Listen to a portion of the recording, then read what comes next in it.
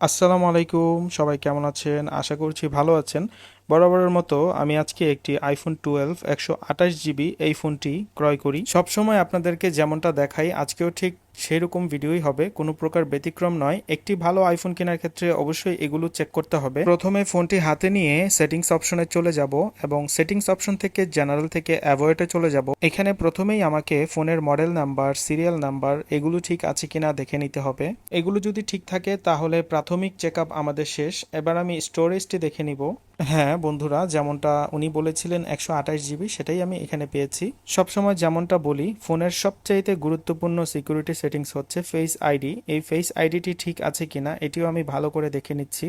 তো ভিডিওতে দেখতেই পাচ্ছেন ফেস আইডিটি শতভাগ ঠিক আছে এবং সুন্দরভাবেই কাজ করছে। তো ফেস আইডি চেক করার পর আমি ডিসপ্লে অপশনে চলে গেলাম। এখানে গিয়ে ব্রাইট আপ অ্যান্ড ডাউন করে দেখলাম ডিসপ্লে ব্রাইট ঠিকভাবে কাজ করে কিনা। তো বন্ধুরা দেখতেই পেলেন ডিসপ্লে ব্রাইট ঠিক আছে এবং ট্রু টিউনটিও আছে। তো এবার আমি ফোনের দুটি আইএমইআই নাম্বার দেখে নিলাম। এবার আমরা ফোনের ডিসপ্লেতে কোনো ইস্যু আছে কিনা সেজন্য আবারও ব্রাইটটি আপ অ্যান্ড ডাউন করে চেক করে নিচ্ছি ভালোভাবে। এবার ক্যামেরাতে চলে গেলাম, ক্যামেরার লেন্স ঠিকভাবে শিফট হচ্ছে কিনা সেটিও দেখে নিচ্ছি।